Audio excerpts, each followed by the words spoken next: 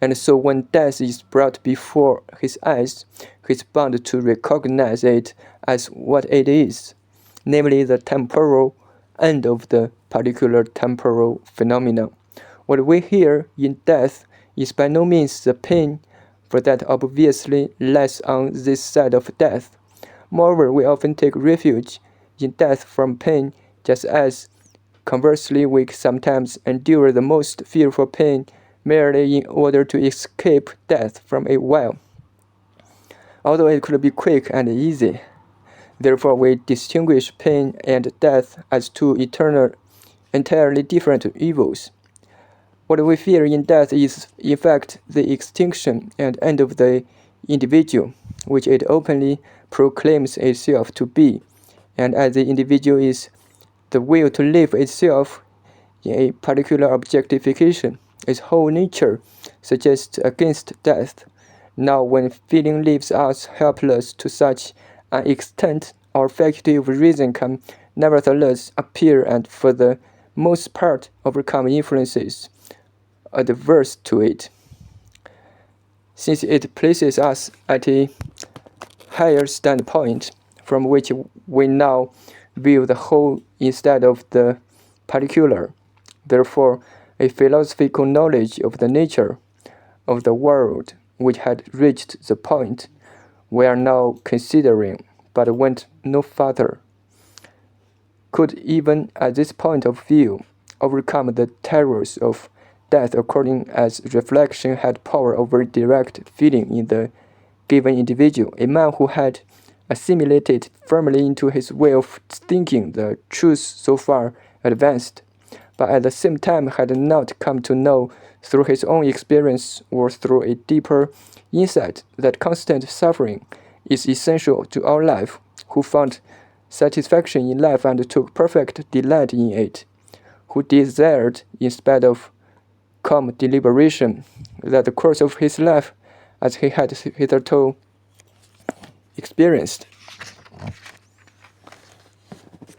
it, should be of endless duration or of constant recurrence, and whose courage to face life was so great that, in turn for life's pleasure, he would willingly and gladly put up with all the hardships and miseries to which it is subject. Such a man would stand with firm, strong bones on the well-grounded, enduring earth from Goethe's Glasen der Menschheit, and would have nothing to fear. Armed with the knowledge we confer on him, he would look with indifference at death hastening towards him on the wings of time. He would consider it as a false illusion, an important spectre, frightening to the weak, but having no power over him, who knows that he himself is that will of which the whole world is the objectification or copy, to which therefore life and also the present always remains certain and sure. The present is the only real form of the phenomena of the will, therefore no endless past or future in which he will not exist can frighten him, for he regards this as an empty mirage and the web of Maya, that he would no more have to fear death than the sun would the night. In the Bhagavad Gita, Krishna puts his young pupil Arjuna in this position. When seized with grief at the sight of the armies ready for battle, somewhat after the manner of Xerxes, Arjuna loses heart and wishes to give up the fight to avert the destruction of so many thousands. Krishna brings him to this point of view, and the death of those thousands can no longer hold him back. He gives a sigh for bottom.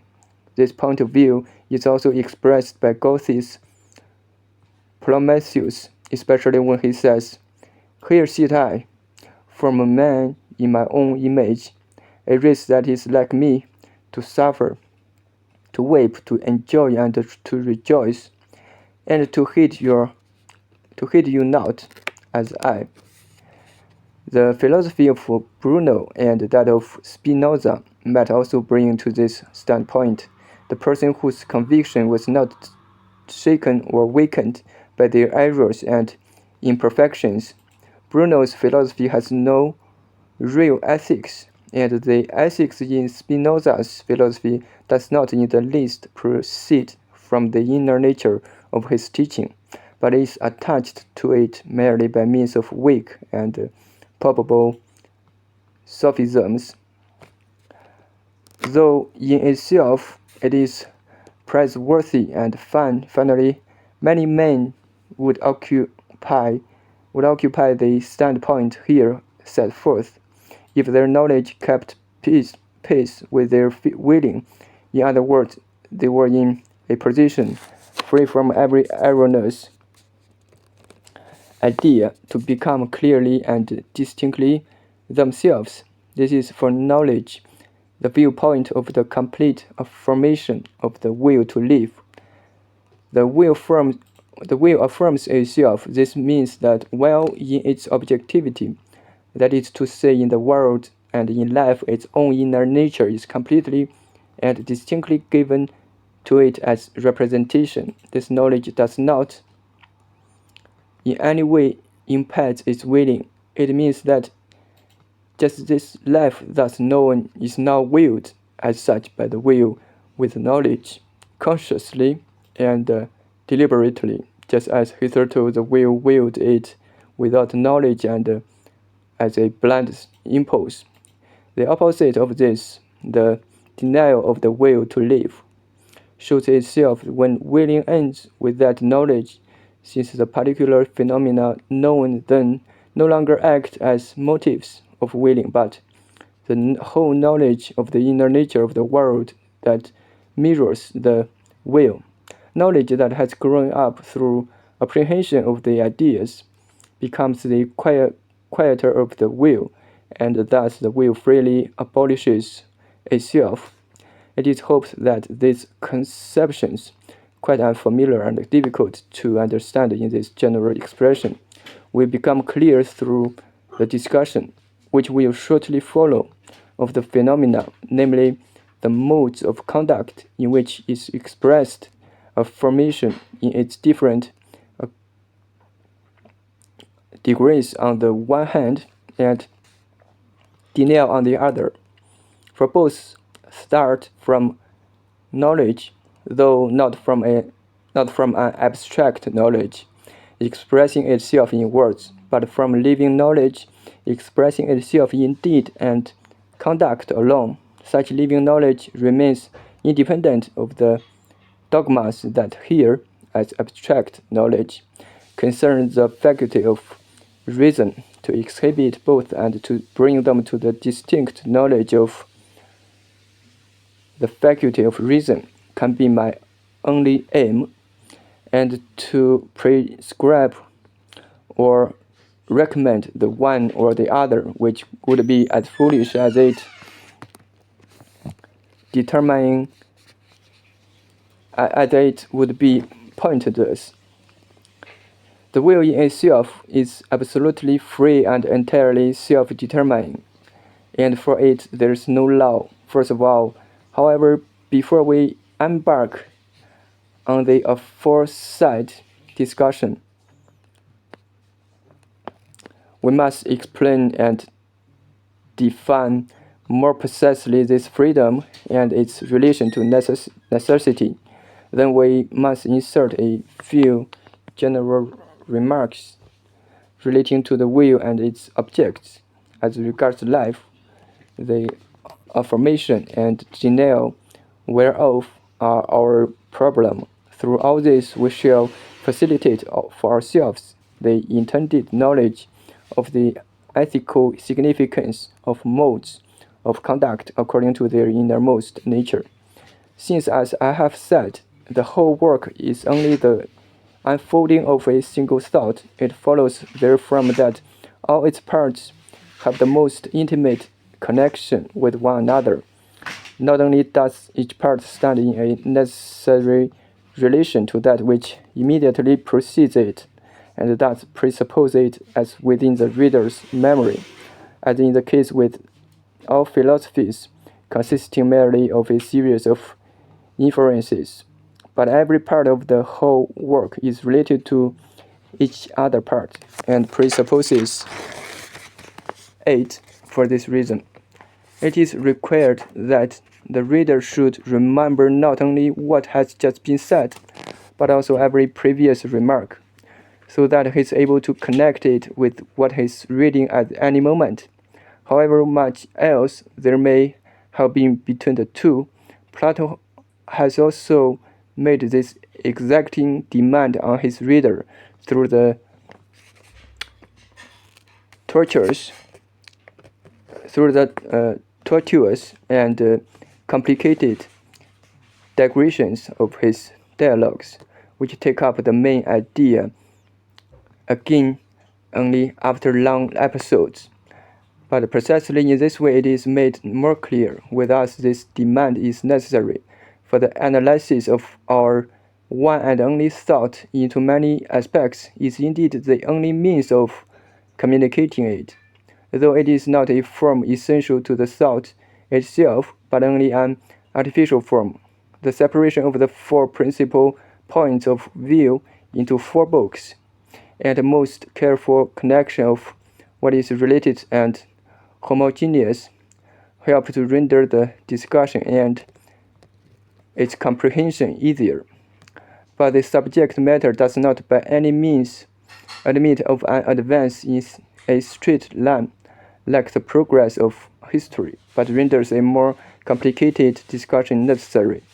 This also makes necessary a repeated study of the book. Only thus does the connection of every part with every other become evident, and then altogether elucidate one another and become clear. That the will as such is free follows already from the fact that, according to our view, it is the thing in itself, the content of all phenomena.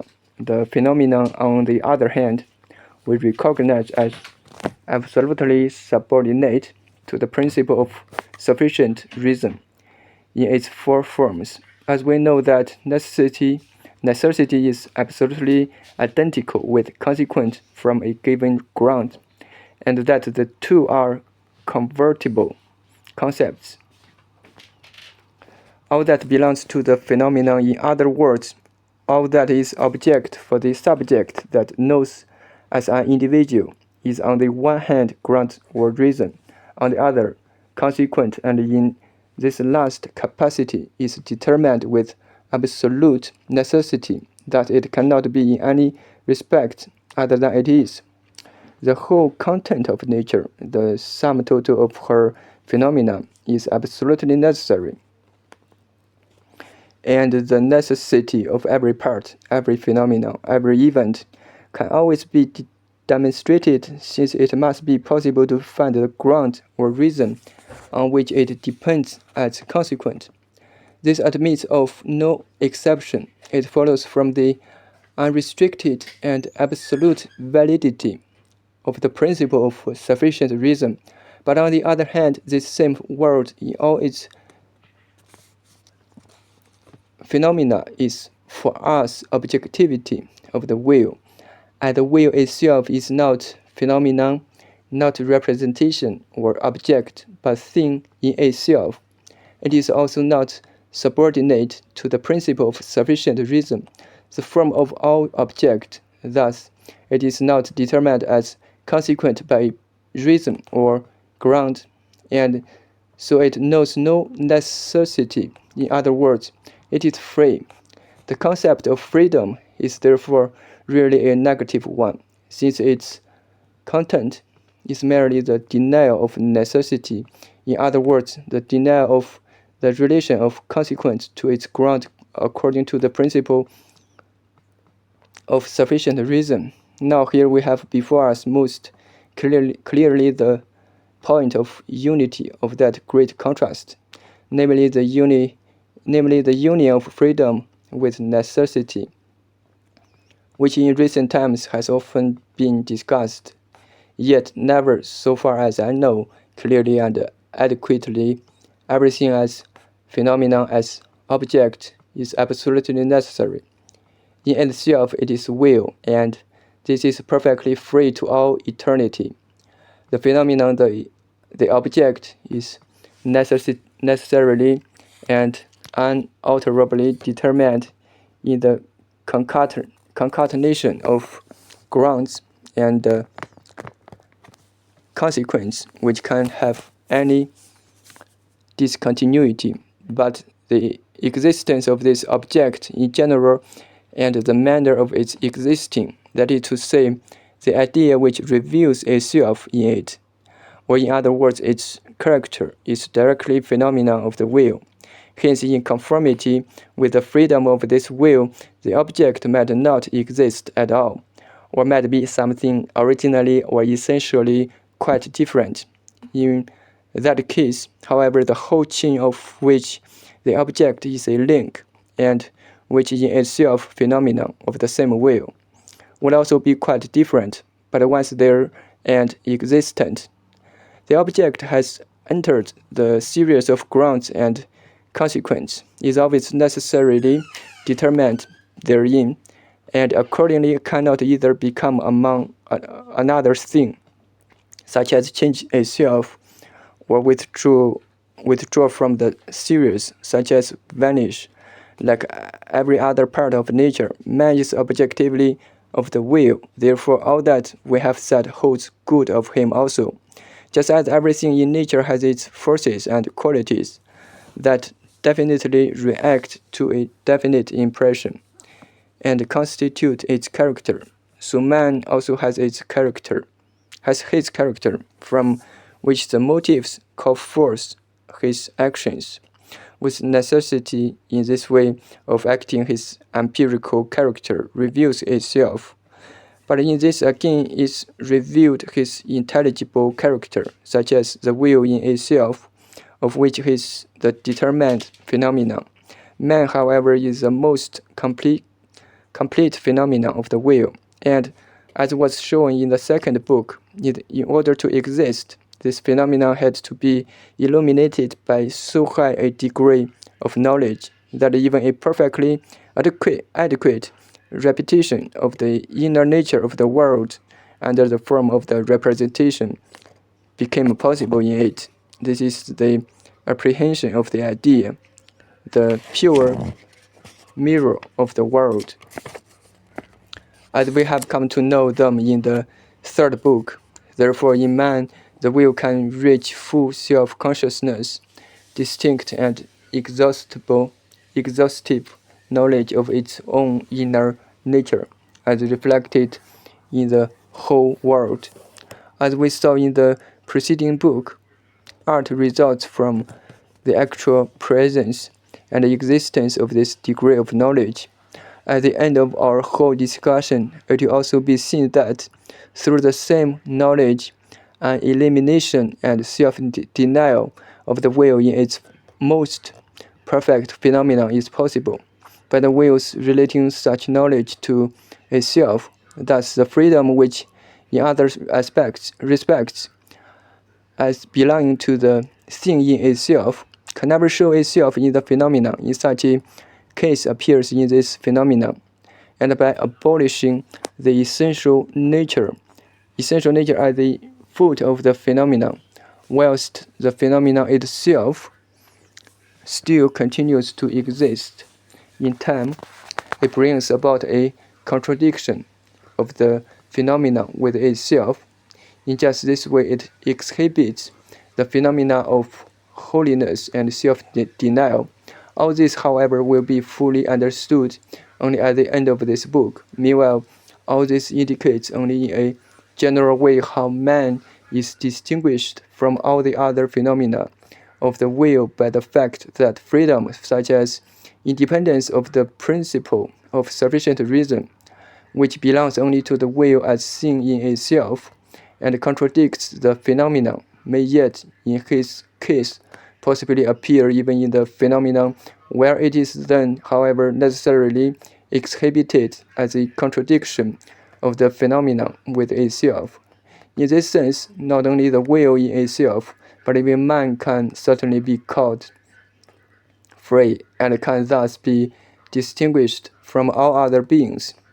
But how this is to be understood can become clear only through all that follows, and for the present we must wholly disregard it. For in the first place, we must be aware of making the mistake of thinking that the action of the particular definite man is not subject to any necessity. In other words, that the force of the motive is less certain than the force of the cause, or than the following of the conclusion from the premises. If we leave aside the above-mentioned case, which, as we have said, relates only to an exception, the freedom of the will as thing in itself by no means extends directly to its phenomenon, not even where this reaches the highest grade of visibility, namely in the rational animal with individual character. In other words, the man is man's never free, although he is the phenomenon of a free will, for he is the already determined phenomenon of this will's free willing, and since he enters into the form of all objects, the principle of sufficient reason, he develops the unity of that will into a plurality of actions. But since the unity of that will in itself lies outside time, this plurality exhibits itself with a conformity to law of a force of nature, since, however, it is that free willing which becomes visible in the man and in his whole conduct, and is related to this as the concept to the definition.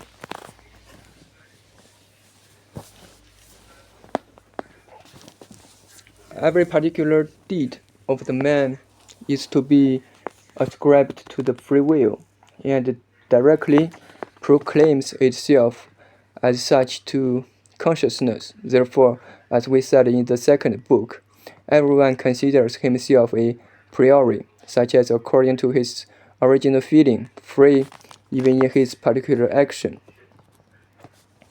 In the sense that in every given case, any action is possible to him, and only a posteriori